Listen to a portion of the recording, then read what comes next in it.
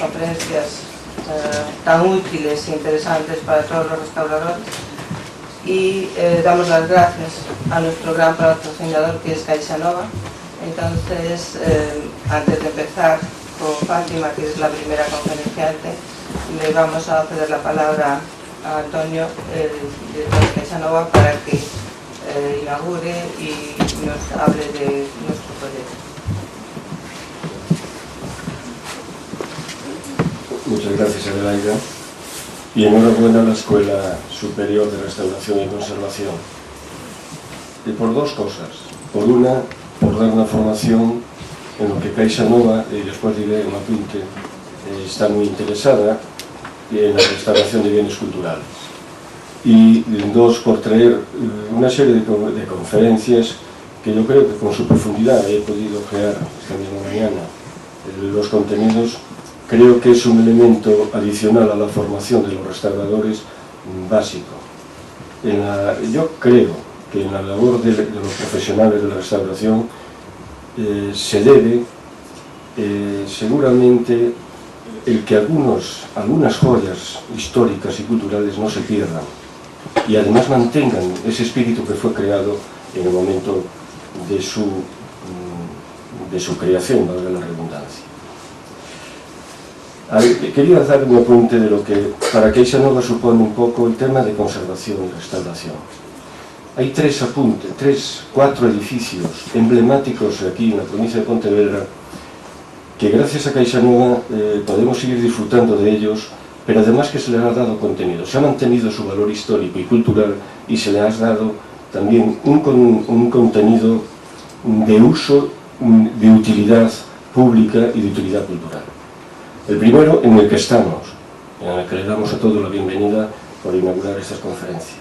Este edificio, que tuvo varias etapas en su construcción, lo que vemos hoy es moderno, es funcional, pero ha querido mantener el espíritu de la creación en su momento, allá por los años 40, de lo que fue la fachada de piedra esta que tenemos, que da a la calle Augusto González de Sada.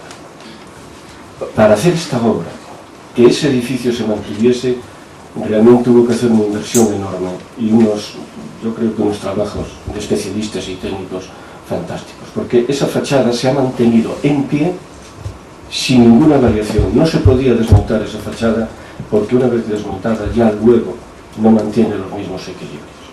Hubo que mantenerla y además añadirle todo esto que era la sustitución de un edificio del año 75. Como decía el arquitecto César Portela, a este edificio había que quitarle aquella cosa monolítica, fría, y darle cristal, darle luz. Es el edificio de la luz. Aquí detrás, después si quieren, pueden ver lo que es un jardín babilónico, que le llamamos nosotros, en donde los luceros que entran en el edificio, toda la fachada es luz y además el interior es luz, con una cascada y con un jardín babilónico. Si este edificio es lo más reciente que ha hecho CaixaNova en restauración y en conservación y en puesta en uso y en valor de un elemento constructivo importante, hay otros tres que a mí me gustaría resaltar aquí y que seguramente pueda ser objeto de estudio por parte de ustedes en cuanto a cómo se ha sabido mantener lo que era el espíritu del edificio en su creación, a el uso que se le está dando, a la utilidad y al valor que en este momento tiene. Por ejemplo, el Centro Cultural en Vigo, el antiguo cine, era el Cine Fraga, me parece, ¿no?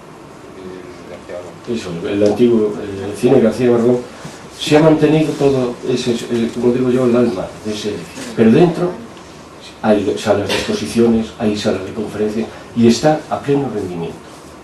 El Centro Social de Policarpo Sanz, un edificio también emblemático de un valor incalculable a nivel histórico, que estuvo sin uso mucho tiempo. La Caja ha hecho una gran inversión y lo ha puesto en utilidad, con unas grandes salas de conferencias, un auditorio enorme, pero manteniendo, como siempre, lo que ha querido hacer el creador en su momento. Y por último, la finca de San Roque. Es algo emblemático en Vigo, la finca de San Roque. Decir que allí se celebra todos los años una romería, y hasta hace 3 o 4 años que se fue rehabilitado por Caixa Nova este edificio, y tiene un monumento, tiene una iglesia, tiene lo que es un pazo y luego toda una finca de uso. Este edificio era de la Caja de hacía más de 50 años, solo se dedicaba a esa romería anual. La Caja ha hecho una inversión, aprovechando además muchas de las maderas que tenían más de 200 años, se han adaptado a la construcción del nuevo edificio. Y hoy es uno de los centros pioneros de reuniones, de conferencias, de simposios, y además lo maravilloso es que estar en una conferencia y luego darse un paseo por aquellos jardines y por aquella finca. Bien, y ya termino porque me imagino que tendrán una mañana larga. Caixa Nova, como por estos ejemplos que he puesto, cree en el oficio de restaurador, en el oficio conservador. Es que la obra, el arte, las obras de arte, si no se mantienen, si no se busca que mantengan su espíritu de creación, porque el restaurador no tiene que reparar materiales, tiene que llegar a ver el espíritu e intentar mantener en su actividad que eso no se pierda. Yo creo que cada restaurador ve un espíritu distinto en cada obra que hace. Por lo tanto, pues pedirles que pongan el alma en su trabajo, porque ahí se verá lo que realmente que quiso hacer el creador y que después seguramente le acompañó y le añadió el conservador. Y nada más, Adelaida, muchas gracias. Bueno, gracias a ti por alabar tanto la profesión de nuestros profesionales. Eso es lo que nosotros, es una de nuestras ilusiones, que el profesional de conservación y restauración sea valorado a nivel social. Bueno, os paso la palabra ahora a Maricana Henares, que viene en representación de la Consellería de Educación, que es al mismo tiempo directora de la escuela. Entonces, le pasamos la palabra.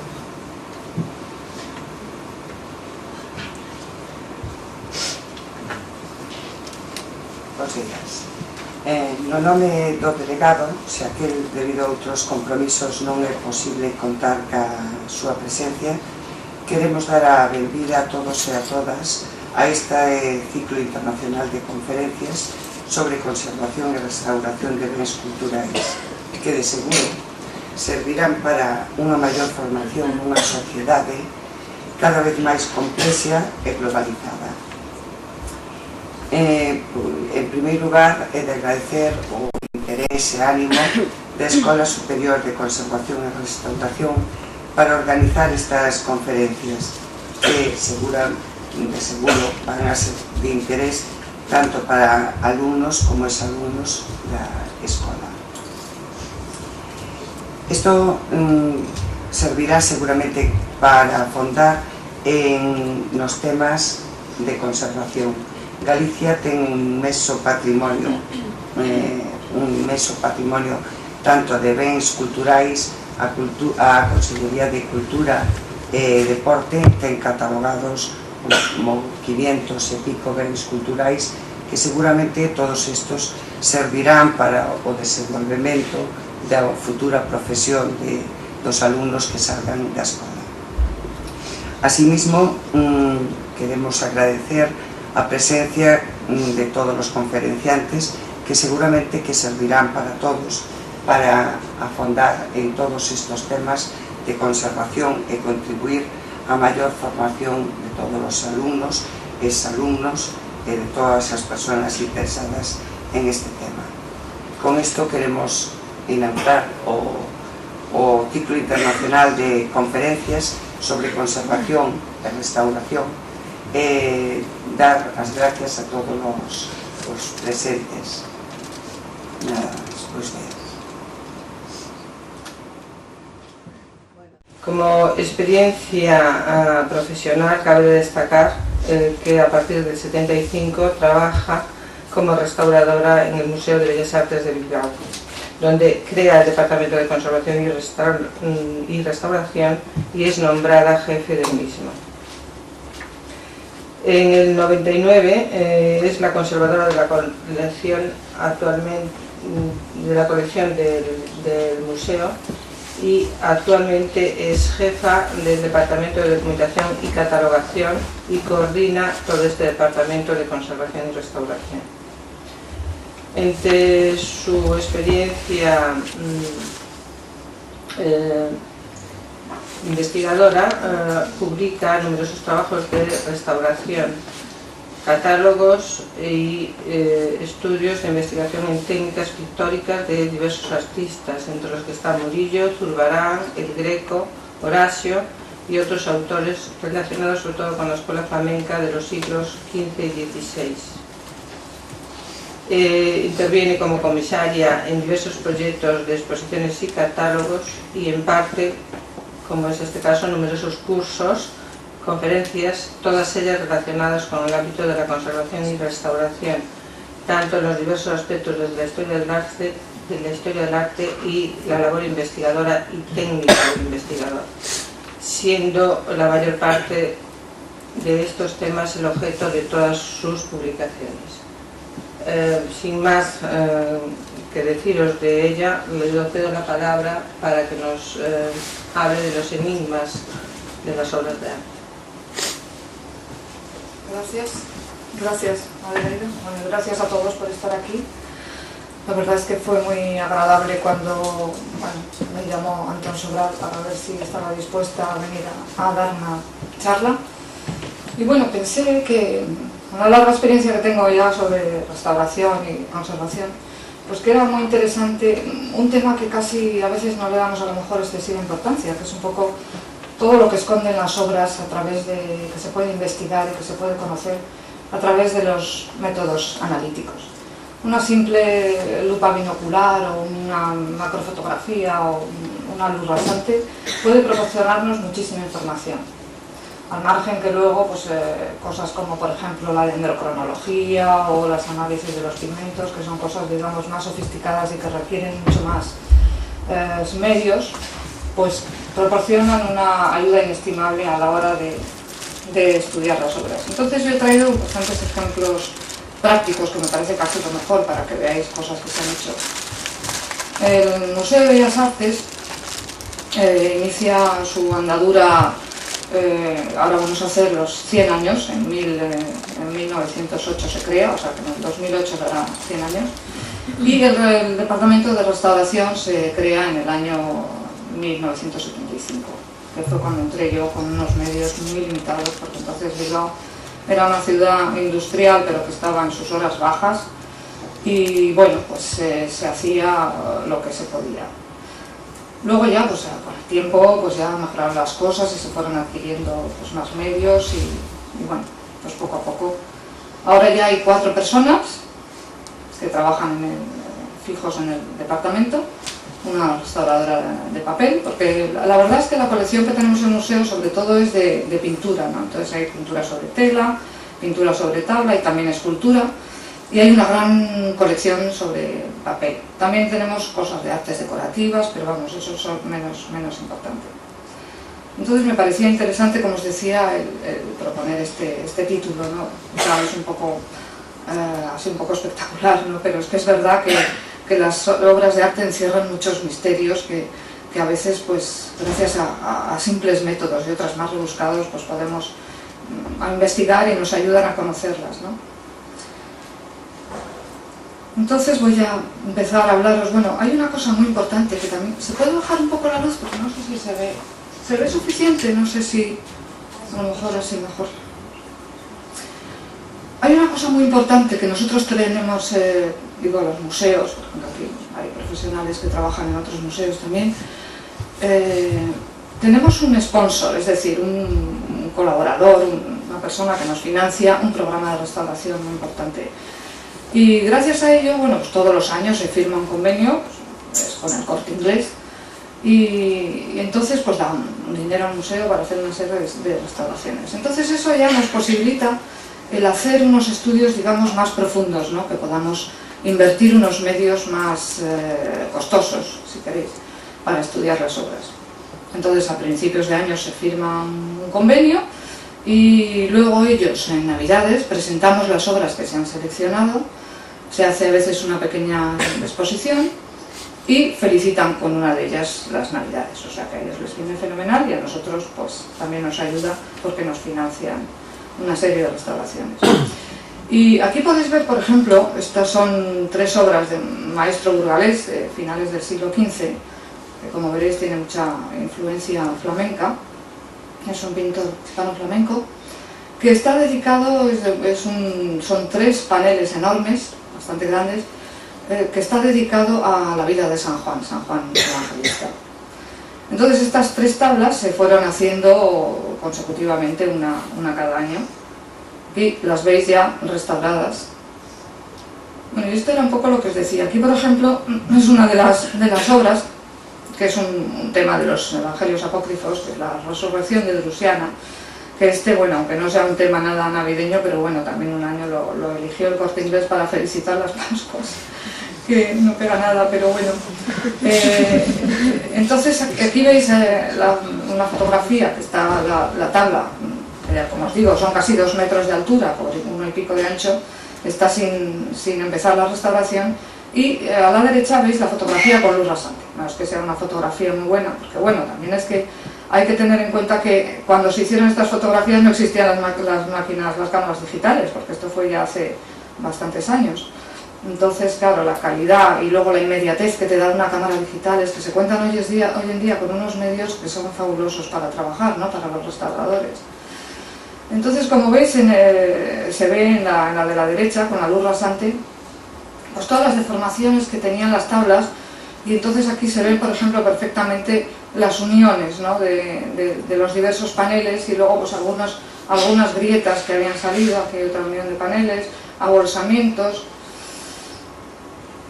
Y luego, otro medio que es muy útil y que a veces se olvida, porque incluso yo creo que es muy interesante, los ultravioletas, una vez que se ha terminado una restauración, para saber exactamente y para dejar constancia de qué es lo que se ha intervenido, el hacer una fotografía con ultravioletas, a mí me parece que es muy interesante, no solo antes de la restauración, ¿no?, que te permite conocer pues un poco cómo son los componentes del estrato superficial, ¿no? Aquí, por ejemplo, tenéis pues en esta tabla que no se ve toda esta tonalidad que da la resina, esta tonalidad amarillenta. Luego tenía los bordes pues como muchos retoques, y sobre todo están bastante bien conservadas estas tablas a pesar de la antigüedad. Tenía la parte inferior era donde tenía mayores deterioros, y sobre todo las uniones y las grietas de los paneles, ¿no? Como veis aquí, la fluorescencia negra que da los pigmentos que se han aplicado posteriormente. Este es el reverso, son unos paneles que tienen un grosor considerable. Entonces, bueno, aquí a este lado casi no se ve, pero se habían puesto estos refuerzos, que muchas veces estos refuerzos que se ponen en las tablas se supone que son precisamente para reforzar, pero en muchos casos, aunque estén bien hechos, lo único que hacen es generalmente perjudicar.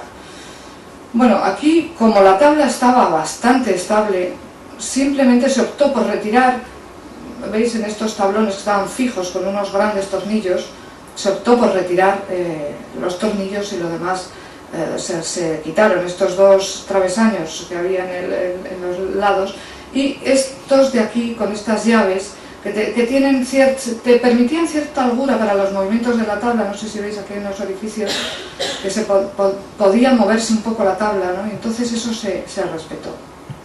Como veis, fijaros las huellas que tiene la madera, ¿no?, de cómo se trabajó para el soporte. Los rayos X también nos proporcionan una documentación pues, inestimable, ¿no? Por ejemplo, veis aquí cómo esto para la unión de los paneles, claro, esto a simple vista no lo podemos ver, esta especie de espigas en forma de huso, de hierro, que son originales. Y bueno, pues yo la verdad es que cuando empezamos a investigar sobre estas tablas no conocía otros paneles que las tuvieran. Luego, como ya se ha avanzado tanto en estas investigaciones, pues ya, pues no sé, pues del Museo de Valencia y en otros sitios donde han hecho investigaciones sobre tablas góticas españolas, pues se ve que tienen estas mismas piezas, ¿no?, para ensamblar unas tablas a otras. Luego ya tienen una unión a canto vivo. Y luego tienen estas doble cola de Milano para sujetar a veces las grietas, que son también originales. Veis aquí cómo se ve también perfectamente en la cabeza de San Juan. Luego también da muy buena información a la hora aparte de las distintas composiciones que pueda tener un cuadro o una tabla, la manera de aplicar, ¿no? Cómo están todas estas zonas del rojo, de los vermellones y cómo están aplicadas las capas de pintura, ¿no? Luego, por descontado, claro, te permite perfectamente ver todas las faltas de pintura que hay en una obra. Aquí veis la Santa Drusiana, esta famosa. Aquí tenía también, comprendimos que esto era de origen, un desperfecto de la tabla que se puso también para sujetarle esta doble cola de Milano. Luego veis perfectamente cómo se divisan todas las faltas de pintura. Aquí no había ningún cambio, luego veréis algo con reflectografía infrarroja, cómo se ve algo. Luego, lo que hablábamos, el simple método de la luz rasante proporciona muchísima información, ¿no? Esta es una macrofotografía. Las tablas estaban con unos levantamientos de pintura muy importantes, más claro, tienen una preparación de sulfato cálcico muy gruesa. Entonces había unas faltas, unos levantamientos muy importantes, que hubo que hacer un fijado en toda la policromía. Estas zonas de dorado también, como ves, con la luz rasante, cómo te permite ver, ¿no?, todo el trabajo que se ha hecho en los dorados. Esta es la parte de la mano de la santa con el cabello y luego pues aquí también ya veis cómo estaba la pintura bastante levantada. Y esta es la misma zona con la reflectografía. Estas tablas han dado pensábamos a sacar algún trabajo, una publicación, porque verdaderamente es muy interesante toda la información que nos han dado todos estos métodos analíticos, ¿no? Entonces la reflectografía infrarroja, pues se ve cómo está cuidado todo lo que es el dibujo, fijaros cómo son los trazos, está hecho con pincel, con carbón, con un medio acuoso, y todos los trazos cómo están marcadas perfectamente todas las sombras, ¿no?, las zonas donde tienen que poner el sombreado de la escarnación de los dedos. Muy curioso también esta zona. Claro, luego cuando ves perfectamente esta figura, para nada se ven, como tiene una capa de pintura bastante gruesa, con blanco de plomo, para nada se ve todo este sombreado que lo ves así y la verdad que resulta bastante llamativo. Esta es la parte del manto, también como veis cómo es todo el trazado para hacer estas líneas paralelas para luego donde va a ir el sombreado. Esto es rojo. Este es uno de los personajes, como veis lleva un tocado un poco a la moda alemana, ¿no?, porque este pintor tiene influencias nórdicas. Y luego pues es muy curioso, ¿no?, cómo está hecho también todo el sombreado, estos trazos para hacer luego las sombras en el tocado que lleva. Y luego pues nos llamaba la atención esta especie de joya que pintó en un principio para adornar el tocado, que dibujó, bueno, no sé, mejor dicho, el artista, pero que luego a la hora de llevarlo a la práctica pues no lo hizo, o sea que simplemente te da esa información de que él quería haber hecho en un principio eso, pero que luego no lo realizó, ¿no? Aquí veis otro detalle, se ve perfectamente. Este es el pie, que veis cómo se hizo, le quedó un poco como una especie de garra un poco corto, y al final pues bueno, decidió que lo iba a prolongar un poco y bueno, es muy curioso porque fijaros aquí también cómo está para la especie del ataúd de Drusiana, como tiene también una cola de Milano para unir las maderas. Luego aquí, no sé si divisáis, la parte inferior, os he dicho, estaba bastante deteriorada, o sea, nosotros utilizamos mucho este sistema que es el tratecho, a base de los trazos estos paralelos, porque bueno, pues de lejos te permite hacerte una idea, ¿no?, de cómo es la composición más o menos completa, y luego de cerca pues te hace ver perfectamente qué es lo que está añadido posteriormente. El paisaje, que es muy bonito, como veréis, aquí se ve como una especie de ríos, todo un poco como muy ingenuo, y luego pues esto es el mar con algunos barcos, aquí este puente, y cómo se ve también los cambios que ha habido en la composición, ¿no?, a la hora de ejecutar esta especie de pináculos que había dibujado en un principio, pues luego no lo hizo. Y esto por lo mismo, tenía unas cosas mucho más alargadas y luego pues hizo unos pequeños pináculos góticos ahí. Este este es un cuadro de Orazio Gentileschi, que es un pintor barroco italiano, que no sé si supongo que lo conoceréis, es uno de los principales seguidores de Caravaggio. Él trabajó mucho en Italia, primero en Roma, que fue donde conoció a principios del siglo XVII a Caravaggio, y luego ya viajó bastante, fue pintor de la reina María de Medici en Francia, en París, y luego se marchó a Londres y trabajó para Carlos I de Inglaterra. Y entonces su estilo, porque bueno, pues también nos da mucha información, ¿no? El contemplar un cuadro y conocer a los artistas, cambió mucho, porque las obras que tienen en principio pues son muy influidas por Caravaggio, mucho más tenebristas, unos colores mucho más apagados, mucho más sobrios, ¿no? Y aquí, como veis, la paleta es riquísima, es un cuadro enorme que pintó Orazio Gentileschi cuando estaba ya en Inglaterra, como decía. Y entonces es un tema que estaba, bueno, es muy complicado porque estaba un poco en relación con el tema dinástico de Carlos I, que estaba esperando un sucesor, y esto es Lot y sus hijas, ¿no?, que están en la cueva. Entonces ya han emborrachado las dos hijas a Lot para poderse acostar con él y tener descendencia. Es un tema también muy propio de Navidades, como veréis, porque con esto también felicitaron las patas. Bueno, la verdad, pero es un cuadro precioso. Entonces, fijaros qué refinado es, ¿no? Qué postura tiene Lot, así con la mano así tan teatral, ¿no? Entonces toda la composición es muy teatral. Entonces era un cuadro que tenía muchos deterioros, aquí ya lo veis terminado. Pero cuando empezamos la limpieza, bueno, lo primero, antes de empezar la limpieza, por supuesto, se documenta perfectamente todo, ¿no? Y aquí, como veis, pues se empezó la limpieza. Aquí ya veis esta zona de la gruta, que hay una iluminación con un racimo de uvas precioso, pues ya se ha empezado a limpiar. Pero fijaros cómo nos da la información de cómo son las distintas densidades, ¿no?, con los ultravioletas de las capas de barniz. Aquí veis una unión de la tela, que tenía por aquí, luego tiene otra por aquí abajo, como se han movido y como estaba aquí mucho más. Los retoques que se habían hecho no escondían simplemente lo que era el estuco de estas uniones, sino muchísimo más de la capa pictórica.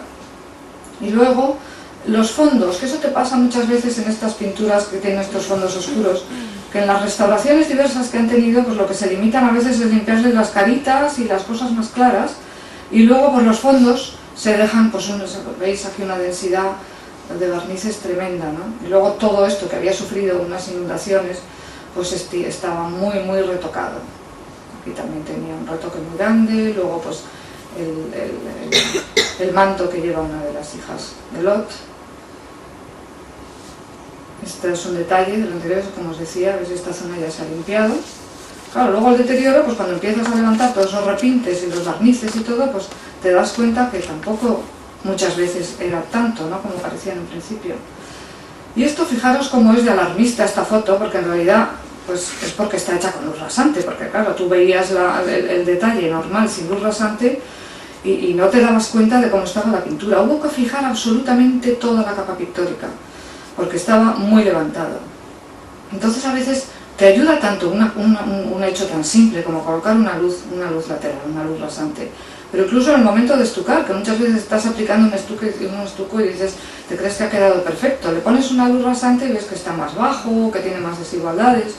Yo siempre soy muy partidaria de utilizarlo, por supuesto antes de la restauración, y documentarlo con fotografías, y luego durante la intervención también, sobre todo si hay estucos. Y aquí veis esta parte de la radiografía. Claro, el cuadro no se radiografió entero, que la verdad es que es enorme de grande, porque mide casi 3 metros de ancho, por 2 y pico de alto.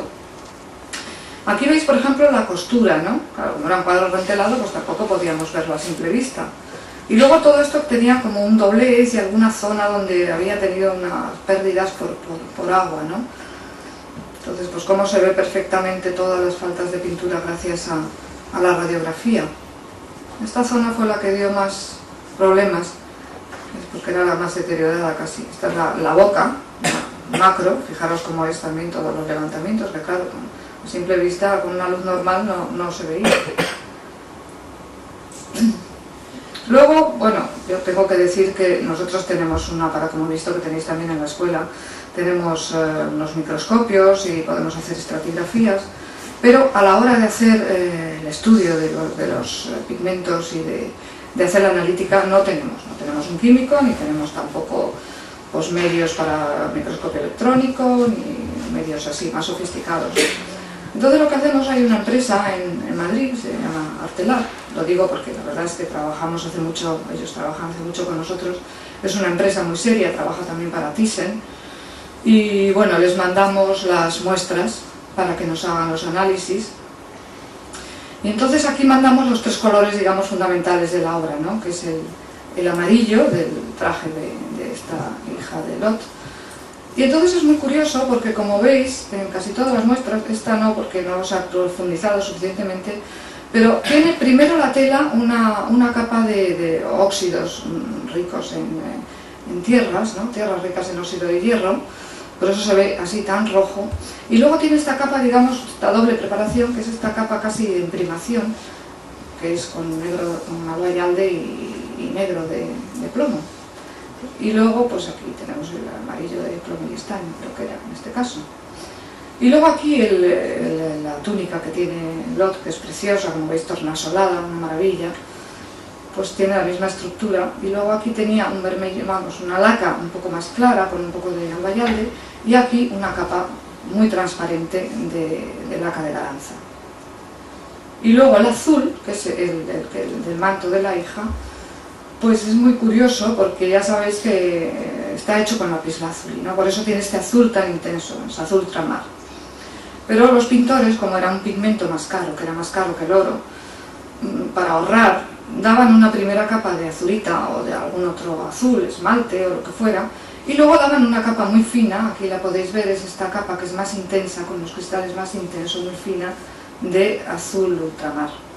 Entonces es muy interesante porque cómo te da todos los componentes y cómo está hecho exactamente cada color, ¿no? O sea, hicieron una gran analítica, porque con este tamaño se puede... Claro, hay que decir también que cuando se coge una muestra hay que ser muy respetuoso, porque la verdad es que es un método destructivo, ¿no? Porque claro, aunque cojas una muestra muy pequeña, pues siempre tienes que coger un trozo de pintura. Claro, se cogen unos fragmentos, pues supongo que vosotros también estaréis acostumbrados, ya os lo habrán enseñado, pues tan pequeños que claro, en una obra de este tamaño pues no tiene mucha relevancia, sobre todo si está muy mal, ¿no? Pero en otras obras que son pues muy pequeñas y que la capa de pintura está muy bien, pues la verdad es que nos limitamos o a coger de los bordes o incluso no coger ninguna. Todo depende del interés que tenga, ¿no?, de la obra. Bueno, esta es una obra francesa muy preciosa, que estaba en los almacenes y bueno, pues considero que era una obra suficientemente importante para sacarla de los almacenes y colgarla en las salas. Es una obra que estuvo atribuida primero a un italiano, después a un pintor de escuela flamenca y ahora está como una obra de escuela francesa, ¿no? Tiene mucha influencia clasicista, como de los hermanos Lenin o Poussin, esta órbita de pintores. Bueno, aquí veis ya el cuadro restaurado, pero ahora veréis cómo se encontraba el cuadro. Es muy curioso, pero luego os enseñaré esta figura, porque lo veréis en la radiografía. Fijaros cómo estaba la obra. Bueno, esta obra estaba rentelada. Nosotros no somos nada partidarios de rentelar, es decir, yo desde que estoy en el museo, que fue cuando se creó el departamento, solamente rentelamos una obra, como una prueba, pero ni siquiera utilizamos una gacha ni nada de eso. Utilizamos un beba por ver a ver qué resultado daba en una obra de almacenes que estaba muy deteriorada.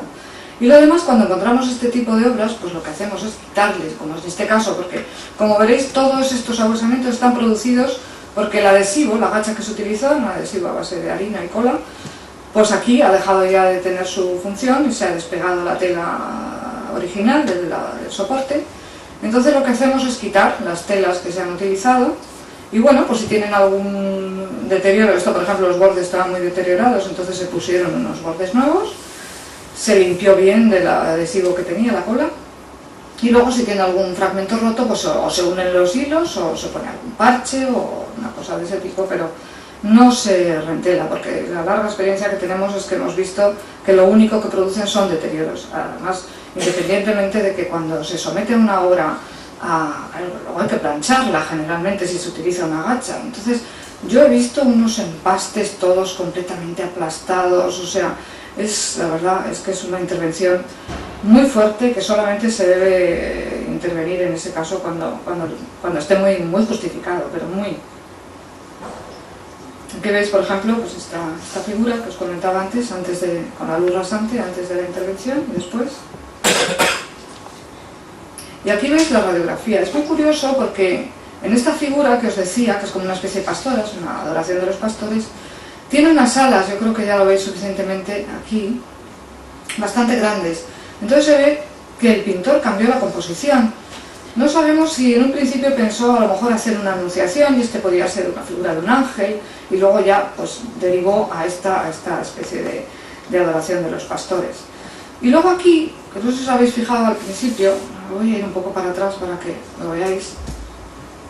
¿Veis estos dos angelitos? Aquí veis la figura esta que tiene luego unas alas enormes. Estos dos angelitos eran unos angelazos porque están aquí, mirad las figuras como eran de grandes. Aquí tienen, esta es la pierna de uno, aquí toda la túnica, aquí una ala, aquí está la otra figura que está así como un poco inclinado, con el brazo por aquí. Entonces luego le debió de parecer que eran como muy grandes para este tipo de composición y que formaban casi el mismo tamaño que tenían que las figuras, y entonces los pusieron ese tamaño más pequeño, ¿no? Entonces son de esas cosas curiosas que te encuentras. Luego, como veis, pues la obra estaba, bueno, estas son las uniones de las placas de radiografía, ¿no? Porque utilizamos unas placas de esas que son una especie de rulo, se meten en los sobres, luego la longitud que quieras. Y entonces, como veréis, la obra estaba bastante bien, o sea, no tenía un deterioro que justificara ese rentelado, ¿no? Aquí tenía pues una laguna, luego pequeñas cosas, pero además estaba bastante completa. Aquí veis esta parte que os decía, aquí está, por el otro lado, con los dos ángeles pequeños, como se ve actualmente. Y aquí a veces hacemos también pues, analítica de los soportes, ¿no? En este caso, pues... las tablas no os he dicho antes, esas tablas tan grandes de este maestro de San Nicolás, que es de Burgos, era madera de nogal, que se empleaba también bastante, aparte de la conífera. Y aquí, pues en este análisis de los fibros era una tela de lino, que es lo que más se utilizaba. Algunas veces hemos encontrado alguna fibra de cáñamo en alguna obra, pero vamos, en concreto, casi todo lo que hemos analizado ha sido lino. Y aquí veis una de la figura esa que os decía, esa especie de ángel, vamos, de figura que es una pastora, que en principio parecía un ángel, pues como veis tiene una estructura muy similar al cuadro de Gentileschi, la pintura. Lo cual nos hace pensar, claro, que esto en Italia, por ejemplo, no se utilizaba, ¿no? Este tipo de preparación. Es una tierra también rica en óxidos de hierro, muy roja. Luego esta capa también como de preparación, con blanco y negro, con albayalde y negro carbón. Y luego hay una capa así bastante oscura, y luego esto que es ultramar natural. Entonces se comprende que era un encargo pues caro, hecho por alguien, no sabemos quién, porque quizá fueran los donantes unas figuras que se veían a la izquierda, porque como os decía es un pigmento tan caro que se utilizaba muy poco, ¿no? Pero esto todo no tenía ninguna capa de azurita, todo era ultramar natural. Y esta es la capa de barniz. También nos suelen analizar los barnices. A veces lo que hacemos es nos piden, donde nos analizan un algodón, y digamos el disolvente que hemos utilizado. No sé si vosotros, Adelaide, hacéis este tipo no tenéis medios a lo mejor para hacerlo. Un algodón con el barniz, la resina que sea, y el producto que hemos utilizado para levantar el barniz. Entonces te dicen perfectamente de qué está compuesto, qué resina está hecho el barniz, ¿no? Esta es una obra maravillosa, una pintura flamenca de Martín de Bos, que es este pintor, uno de los primeros que viajaron a Italia. Entonces tiene mucha influencia de Tiziano, ¿no? Porque Tiziano tiene una composición muy similar en un rapto de Europa que está en el Museo del Prado, lo que está ahora. Y entonces pues es esta Europa, ¿no?, que está raptada por el toro. Entonces es una tabla magnífica de roble, que era 100% de los soportes que utilizaban los flamencos, era roble. Entonces, como veréis, esta obra estaba engatillada. Esto también es un desastre, porque lo único que hace esto, que se hace con idea de que estos travesaños, que se les llaman móviles, pues llega un momento que se quedan bloqueados, entonces no se mueven, entonces la tabla se queda muy comprimida, la madera no se puede mover y entonces se originan muchísimos levantamientos. Aquí veis una radiografía, claro, lo que manda aquí es como veréis, todo el engatillado, lo que se ve más. No se ven por lo demás pues, cambios importantes de composición, ni grandes faltas, pues sí, en las uniones de los paneles. Estas son las uniones de los diversos paneles y en rojo están, ellos ya sabéis que utilizaban una especie de espigas en madera, que era una madera mucho más dura que el roble, que a veces era incluso formada por los nudos de alguna madera de roble, era lo que utilizaban las espigas embutidas que generalmente no se suelen ver.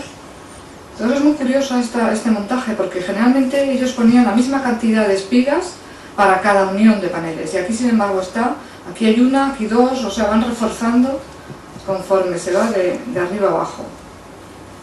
Y aquí como veis, fijaros con la luz rasante como era esta especie de angelito que lleva todos los rayos de Júpiter, cómo estaba toda la pintura, toda levantada, claro, en ese sentido que era como no se podía mover la madera, ¿no? Entonces hubo que hacer un fijado, absolutamente eran unas ampollas impresionantes.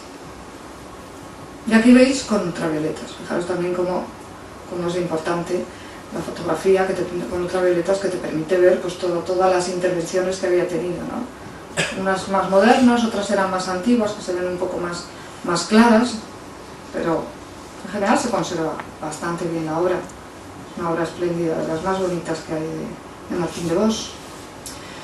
Y aquí tenemos un pequeño tríptico, bueno, no es un tríptico, en realidad es un pequeño retablo del maestro de Ororbia, un pintor navarro, de un pueblo que se llama Ororbia, bueno, está en el museo desde hace mucho tiempo, y cuando yo entré al museo, que estaba entonces en el año 75, os podéis imaginar cómo tenían todo patas arriba, con un almacén horrible, todo lleno de ratones, y bueno, con unos problemas horrorosos de humedad y de todo.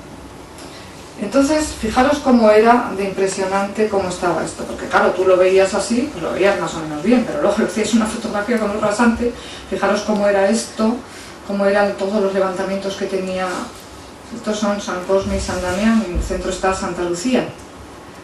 Entonces ya simplemente el hacer el trabajo del fijado de todo esto fue una labor tremenda.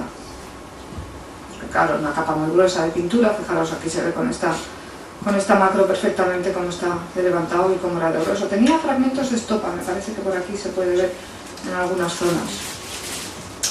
Y este es otro caso, bueno, como veréis os voy poniendo un poco así para que veáis de cada obra las cosas más importantes que sugiere cada cosa, ¿no? Un pintor romántico del siglo XIX, de Alenza, seguidor de Goya. Entonces esto cuando lo veíamos así a simple vista, y decía, aquí se ve una cosa rara, ya veis aquí que había, será un tejado, una cosa que han querido hacer. Bueno, pues entonces cuando le hicimos la radiografía, fijaros lo que apareció. ¡Ostras! Una pareja, ha sido el caso más espectacular. Una pareja, porque aquí ya veis, pues están pues, todos estos personajillos que se ven por aquí, y entonces este era un chapucero, porque pintaba cosas, luego no le gustaban y pintaba otra vez encima, y bueno, reutilizaba el hombre lo que podía. Entonces, aquí lo he puesto así derecho para que vierais, ¿no? cómo se ve perfectamente que estaba el cuadro perfectamente terminado. En estos casos, claro, pues no puedes hacer nada, porque ahí debajo no puedes separar estas capas, ¿no? Este es un cuadro de Murillo que se compró no hace mucho en un museo, que es una época en la que está muy influenciado Murillo todavía por Rivera. De hecho, el cuadro estuvo atribuido a Rivera. El San Pedro Lágrimas es una obra preciosa. Hicimos una exposición en torno a este tema. Y entonces el cuadro pues aquí como veis está en la radiografía, tenía bueno, pues una especie de estas capas que no lo hemos analizado, pero bueno, antes de dar la preparación tenía esta especie de brochazos, no sabemos muy bien, de una pintura más clara, y bueno, como veis aquí tenía un deterioro en la barba, pero en realidad el cuadro, aparte de una capa de suciedad de barniz, tenía muy dura, pues estaba bastante bien conservado. Mirad las manos como son de maravillosas, como están de bien pintadas. Y bueno, pues también el mismo detalle de la radiografía. Aquí veis perfectamente cuál era el fragmento que faltaba, cómo está pintado, aquí cómo se ve todos los brochazos de blanco. Fijaros cómo es, qué maravilla, porque claro, estos detalles te permiten ver un poco, fijaros cómo están hechas las cejas, cómo están pintadas, cómo son los mechones estos blancos, cómo perfila el ojo, ¿no? Con esto, un poco como tiene el párpado un poco de llorar, ¿no? Porque estas son las lágrimas. Es una maravilla cómo está pintado, estos toques que tiene así de blanco por aquí. También te permite estas macrofotografías pues estudiar muy bien, ¿no? Cómo están hechas las cosas, cómo está pintado. Y esta es una estratigrafía, una parte rojo, de la carnación del pie, me parece que era. Bueno, aquí como veis, esta parte de aquí es la típica preparación que se utilizaba en Sevilla, que eran unas tierras que dejaba el légamo del río, como dice Palomino, y entonces son de una tonalidad muy oscura, ¿no? También eso ya ahora veréis en otro caso como utilizaba Zurbarán. Luego tiene una base de pintura blanca y luego para darle una veladura más rosácea a la carnación le ha dado este vermellón con un poco de fragmentos de laca y albayalde. Este es otro cuadro de Zurbarán, una Santa Faz preciosa, como veréis, uno de estos típicos paños blancos que hacía Zurbarán, que son fantásticos. Entonces Zurbarán es un pintor que trabaja en Sevilla en un principio, pero que luego va a Madrid. Cuando trabaja en Madrid utiliza una preparación completamente distinta, entonces fue muy curioso estudiar todas las diferentes obras de Zurbarán. Esta obra vino muy deteriorada, porque estaba muy oscurecida, y luego tenía pues muchas faltas, la verdad, de pintura, ¿no? Se hizo una restauración pues que se levantaron muchísimos repintes y muchas cosas, que estaba completamente repintado. Y bueno, fijaros cómo está también esto que se ha pintado, primero esta zona, todo este pliegue, y luego ya encima pintó esto que es donde está holgado. Aquí es una zona del blanco, como veis tiene una estructura muy similar al cuadro de Murillo, y como veis es en la misma preparación, utilizaban esta preparación muy oscura, y luego pues una zona del blanco. Este es otro cuadro también de Zurbarán, es el último que está firmado y fechado por el pintor. Está hecho poco 2 años antes de su muerte, en 1662, la Virgen con el Niño San Juan. Entonces esto fue muy curioso, también se hizo una radiografía, porque fijaros cómo cambia, este está hecho en Madrid, fijaros cómo cambia la preparación, porque utilizaba la preparación que se utilizaba entonces en Madrid, que era con estas tierras ricas en óxido de hierro, que son muy rojas. Y el verde es cardenillo, y luego tiene esta especie de imprimación, es un mantel verde que tenía encima de la mesa. Y este es el azul del manto de la Virgen, fijaros también cómo es la estructura, porque aquí pasaba un poco como lo del Gentileschi. Tiene aquí una capa de ultramar natural, pero tiene aquí una capa de azurita. Esta es la preparación tan roja, tan distinta de la que utilizaban en Sevilla, en la época de Sevilla. Este es un cuadro de colección privada, también de Zurbarán, que, bueno, a veces te pasa en los museos, ¿no? Que cuando organizamos una exposición de Zurbarán, entonces a veces te prestan obra si les restauras el cuadro. Entonces, bueno, pues restauramos este cuadro y ya les pedimos permiso para hacer un estudio a fondo de la obra. Entonces aquí veis la radiografía, no se ve también cómo está aplicada la preparación. Y luego es muy curioso, por eso os he traído este fragmento de pintura, porque aquí para hacer el azul es una obra que está muy deteriorada, y entonces aquí veis una capa de azurita, pero lo curioso es que esto es esmalte, entonces la azurita era más caro que el esmalte, y luego le aplicaron esta capa de azurita para darle más intensidad, pero luego estaba repintado, esto es un repinte de azul de Prusia. Entonces, bueno, pues claro, ya se queda el azul tan brillante que tenía, pues estaba oculto por este azul de Prusia, que bueno, luego levantamos y sacamos el pigmento. Este es el azul esmalte, fijaros cómo tiende a degradarse, y está casi grisáceo, algunos cristales están más azules, pero en general estaba muy degradado. Este es el cuadro de Goya, un retrato de Moratín, que está ahora en una exposición que tenemos en Valencia, del siglo XIX. Entonces es de la última fase de Goya, cuando ya está instalado en Burdeos, a partir de 1824, entonces ya él cambia mucho su manera de pintar, ¿no? Unos colores mucho más oscuros, una pintura que era un hombre mayor, una pintura mucho más suelta. Entonces hicimos un estudio, este es su amigo Moratín, y entonces, bueno, como veis tiene un cambio en la posición, lo hizo en principio mucho más de perfil y luego lo cambió, está como un poco más arriba el rostro, ¿no? Aquí se ve la nariz más de perfil, luego lo hizo, mirad, os pongo un poco para atrás para que lo veáis.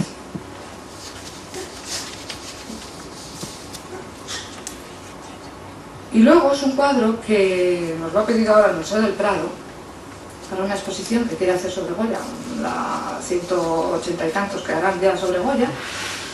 Y entonces, bueno, pues estamos un poco ante la duda, porque es un cuadro que no ha sido tocado últimamente. Pero como veréis, tiene un craquelado, donde a través de este craquelado se ve una capa de preparación que tiene más oscura. Y entonces aquí pues le han dado anteriormente, la verdad es que bastante respetuoso, como veréis, pues unos toques, ¿no?, para disimular ese craquelado oscuro. Entonces, como veis, hay una densidad también de barnices, entonces estamos un poco planteando, y queremos ver también con el Museo del Prado, ver un poco si verdaderamente merece una intervención, porque ellos nos han pedido que se limpie el cuadro. Entonces estamos un poco, que queremos hacer un estudio, ver si verdaderamente merece la pena, porque claro, hay veces que se interviene tanto en las obras que lo único que haces a veces es perjudicarlas, ¿no? Y mientras no sea necesario, es mejor no tocar. Esto es con la reflectografía, no se ve muy bien, pero se ve que tenía una especie de instrumento, una pluma, porque Moratín era escritor, como sabéis. Y luego este es un análisis de las fibras, que también son de lino, con la típica estructura de esta especie de aspas que forma el lino. Y este es un corte también de las fibras en sentido transversal. Y esta es la estructura de la pintura, una estratigrafía en la que, bueno, pues se ve perfectamente. Queremos comparar ahora un poco con otros estudios que se han hecho sobre estas pinturas que hizo él al final de su vida. Esta es la parte del fondo verdoso. Esta es otra tabla flamenca, muy interesante, es una especie de graciosa festín burlesco. Como veréis, son todos unos personajes bastante monstruosos. Entonces, bueno, yo he estudiado mucho, porque presenté un trabajo en Bélgica sobre esta tabla. He estudiado mucho el tema, porque esto era, pues se tenía como una especie de festín. Y bueno, pues yo he llegado a la conclusión que esta era una boda campesina, porque en todas las bodas campesinas flamencas sale esta especie de baldaquino que se colocaba, aquí está hecho un poco girones, con una especie de corona aquí, y luego tiene toda una simbología tremenda, que hay cosas que he podido investigar más o menos. Pues por ejemplo, esta señora que lleva una lechuza, pues que era símbolo del miedo a la oscuridad. Bueno, pues esta señora que hace este signo con los dedos, pues parece que era un símbolo como de la estupidez. Luego, pues estas cucharas que tiene en la cabeza, pues símbolo de la glotonería.